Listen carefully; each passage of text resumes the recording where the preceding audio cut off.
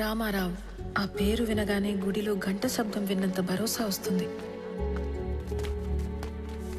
రామారావు ఎస్పీఎల్గా ఉన్న మా స్కూల్లో ఆడపిల్లలందరం శివంగుల్లా బ్రతికేవాళ్ళం.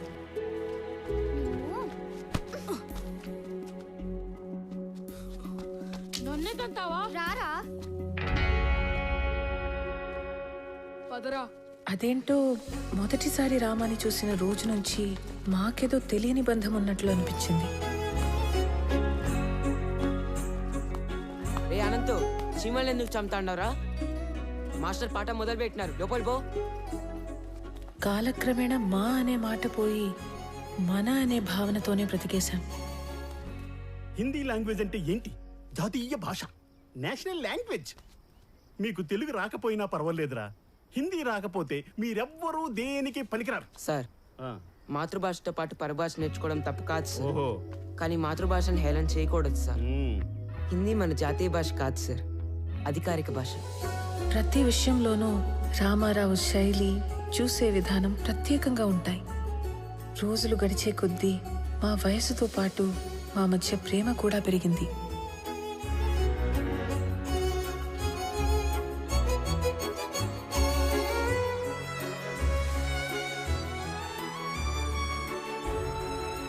ఇప్పటికీ 2 బస్సులు వెళ్ళిపోయాయి. నువ్వు నన్ను వదలకపోతే లాస్ట్ బస్ కూడా వెళ్ళిపోతుంది. అవునా? నీకు గవర్నమెంట్ జాబ్ అంటే నా అంత ఇష్టమని నువ్వు డిగ్రీ, దాని తర్వాత జాబ్ ట్రైనింగ్ల కోసం 4 ఏళ్లుగా టౌన్లోనే ఉంటున్నా ఓపిగ్గా సర్దుకున్నాను. ఇక నా వల్ల కాదు. ఆ జాబ్ ఏదో వెంటనే కొట్టేసి నా మెడలో తాళి కట్టే నన్ను పెళ్లి చేసుకోరామా. 1 నెలలో టెస్ట్, ఇంటర్వ్యూ అన్నీ అయిపోతాయి. ఆ తర్వాత నీ ఇష్టం. ఓకే? మళ్ళీ నువ్వు ఊరికి ఎప్పుడు వస్తావు? వచ్చే నెల 25వ తారీఖు. సరేనా?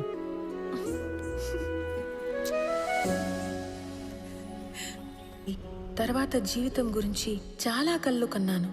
ఏ చిన్న సమస్య వచ్చినా మాలో మేమే ఒకరికొకరం సాయం చేసుకునేవాళ్ళం.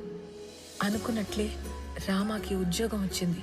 మా పెళ్లికి ఏ అడ్డంకి లేదు కదా, అంతా అనుకున్నట్లే జరుగుతోంది అని సంతోషంగా ఉన్న సమయంలో ఇటువైపు పద. ఇటు ఆడికి నాయనా? అయ్యర్లో ఇంటికి ఆడికి. సరే, ఆడి నుంచి ఇంటికి పోదాం. అక్కడ చిన్న పని ఉంది, నువ్వు పద. అనంత పని మీద వచ్చాడు. నమస్తే బాబు. నమస్తే బాబాయ్. బాగున్నారా? బాగుండవయ్యా? బాగుండా విని. ఏంటి మహాలక్ష్మి? కూర్చోండి బాబు. ఇదిగో అబ్బాయి వాళ్ళు వచ్చారు, అమ్మాయిని తీసుకురండి. అలాగే అండి.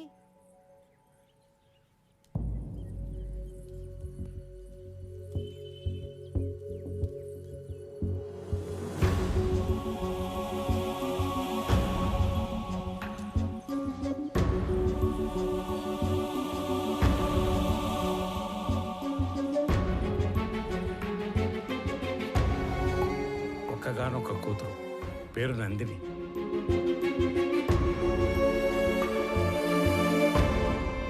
ఏంటి నేను ఇది? ఎవరి అమ్మాయి? మాలిని గురించి మీకు తెలుసు కదా? తెలిసే వీళ్ళని రమ్మని చెప్పినాను. మాలినికి పెళ్ళైపోయినది. మాలినికి పెళ్ళైపోతే నాయనా? కారణాలు తెలియదు. మాలినికి పెళ్లి జరిగిపోయినాదని తెలిసి నువ్వు ఎట్ట రియాక్ట్ అవుతావు అని మేం బేజారైపోయినాము. తండ్రిగా నీకు మంచి తోడుని వెతికి పెట్టడం నా బాధ్యత. నిర్ణయం నీ హక్కు. లేదైనా నాకు కొంచెం టైం కావాలి. ఆ తర్వాత నిర్ణయం మీరే తీసుకోండి. నువ్వు నీ ప్రాణం పోయినా నీ స్వార్థం కోసం అయితే వేరే పెళ్లి ఒప్పుకో. ఏదో ఒక కారణం చేతే ఈ పెళ్లి చేసుకుని ఉంటావు. నువ్వు తలదించుకునే తప్పేమీ చేయలేదు మాలిని. మన ప్రేమ మన ఇద్దరికి మాత్రమే సంబంధించింది. పెళ్లి మన వాళ్ళందరికీ సంబంధించింది. ప్రేమ విషయంలో మనలో ఎవరో ఒకటి నిర్ణయం తీసుకోవచ్చు, కానీ పెళ్లి విషయంలో మన వాళ్ళందరూ నిర్ణయం తీసుకోవాలి. ఎందుకు, ఏమిటి అని అడగటానికి నేను రమ్మలేదు. నిన్ను చూసి చాలా రోజులైంది కదా, చూద్దామని రమ్మన్నాను. మాలిని, ఒక్కసారి తలెత్తి చూడు.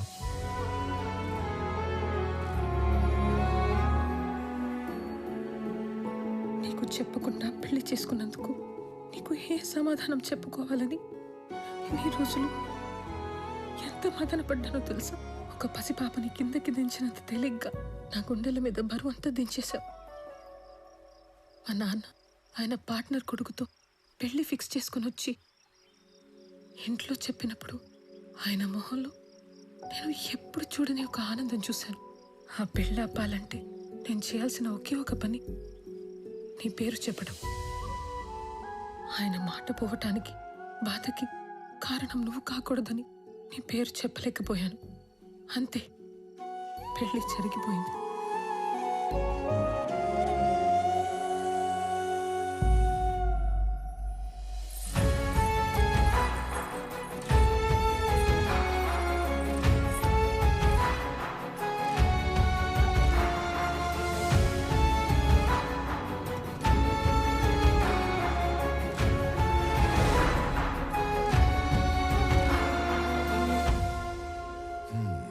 మన ఇంటి కోడలుగా రావాల్సిన అమ్మాయి పాపం తలరాత. దుడ్డు ఏమన్నా కావాలేమో, సాయం చేయకపోయినావా? ఆ మాట ఎత్తినా చంపేస్తుంది ఆయన. మరి ఆస్తి బదిలీకి అప్లికేషన్ పెట్టిందన్నావు కదా, అదేదో ఇచ్చేయరాదు? ఆస్తి మీద హక్కు వస్తే సమస్య కొంతన్నా తీరుతుంది కదా. చూడటానికి అదొక చిన్న అప్లికేషన్, కానీ చట్టానికి అదొక పెద్ద సమస్య. మిస్ అయిన మనుషుల ఆస్తులు 7 సంవత్సరాల వరకు ఏమీ చేయలేం. 7 ఏళ్ళ తర్వాతనే ఎవిడెన్స్ యాక్ట్ 107 అండ్ 108 సెక్షన్స్ ఉపయోగించి ప్రిజంప్షన్ ఆఫ్ డెత్ కింద ఆస్తిని బదిలీ చేయగలం. సరే, నువ్వు చెయ్యగలిగింది చేయరా. 6 నెలల నుంచి ఎప్పుడు చెప్పే సుత్యావారంగా ఈ రోజు కూడా చెప్తున్నావు? ఇంకో 15-20 ఊర్లు తిరిగితే క్లూ దొరకచ్చు సార్. నువ్వు ఉత్త కోతలు చెప్పి ఊర్లు తిరుగుతున్నావు కానీ ఇంతవరకు నాకు మాలు గురించి మాత్రం ఒక్కటి కూడా చెప్పలా. నీ వల్ల కాకపోతే చెప్పు, మఫ్టీలో నేనే తిరుగుతా లీవ్ పెట్టి. లేదు సార్, త్వరలోనే పని పూర్తి చేసి మొత్తం సమాచారం ఇస్తా. నన్ను నమ్మండి సార్. సర్లే, తర్వాత చూద్దాం. నువ్వు పో. సరే సార్. ఏంటో మెజిస్ట్రేట్ గారు ఇటు వచ్చారు, మాతో పనేందో.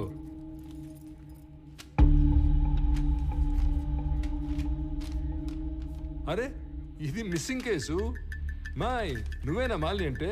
అదే టన్నులు ఉత్తరాలు రాస్తుంటావు. ఇంకా ఈ కేసులో ఆచూకీలు ఏం దొరకలేదు, దొరకగానే చెప్తాను. ఇక పోండి. కంప్లైంట్ ఇచ్చి దాదాపు సంవత్సరం అయింది.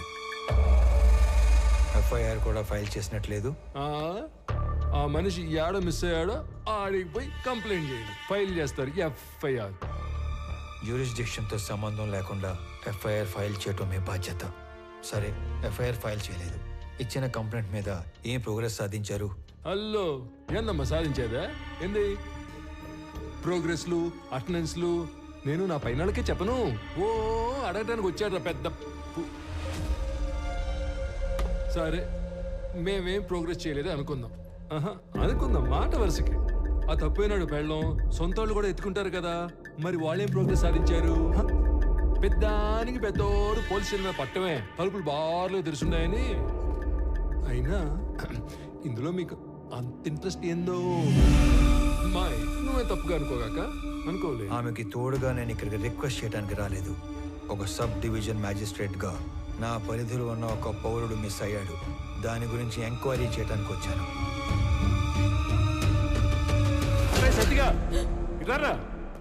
సార్, వాడెవడో సురేంద్ర అంట, ఊరంతా అప్పులు చేసి పారిపోయాడని వేరే ఎవరితోనైనా చీటింగ్ కేసు పెట్టించు. Okay sir. కావాలని కనుమరుగైనట్టు రిపోర్ట్ రాసి వాడి కేసు క్లోజ్ చేయి.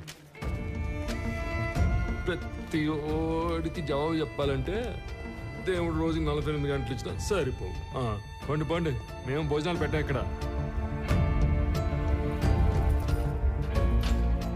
దీని అన్న జీవితం ఎవడెవడో రావటం, అడ్డమైనవన్నీ అడగటం, ఏందో ఇది.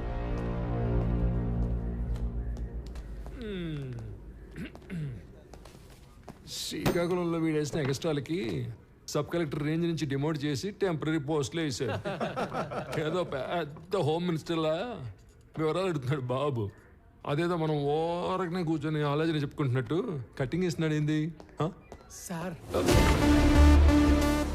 మళ్ళీ వచ్చావేంది? ఏదో రాంగ్ కేసు పెట్టి కేసు క్లోజ్ చేద్దాం అనుకుంటున్నావేమో. చీటింగ్ కేసు కాదు ఇది, మిస్సింగ్ కేసు అని నేనే ట్రేస్ చేసి అఫీషియల్గా నీ చేతే ఇన్వెస్టిగేట్ చేయిస్తా.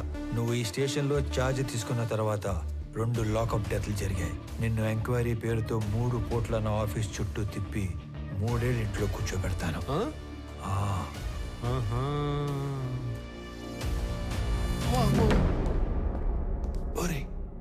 ఇంకోటి వెళ్ళాడో లేదో చూడండి రా. అమ్మా నా వల్ల కావట్లేదురా. వీడెవడరా సామె కనపడిన ప్రతిసారి ఏదో కొత్త రూల్ చెప్పి వాయించి వదులుతున్నాడు.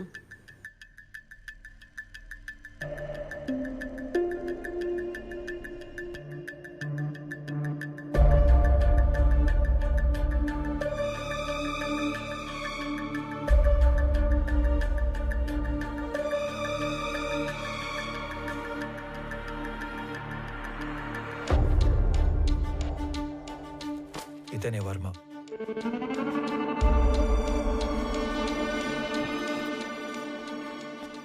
అతను పట్టుకున్న గిఫ్ట్ బాక్స్ మీద వర్మ అని పేరు రాసింది చూడు. ఇప్పుడు అతని అడ్రస్ పట్టుకోవాలి. సురేంద్ర బిజినెస్లో హెల్ప్ కోసం వెళ్ళాడంటే వర్మ కూడా బిజినెస్ మ్యాన్ అయి ఉండాలి. ఓకే, మీ ఇంట్లో పాత క్యాలెండర్లు డైరీలు ఉంటే తీసుకుని రా.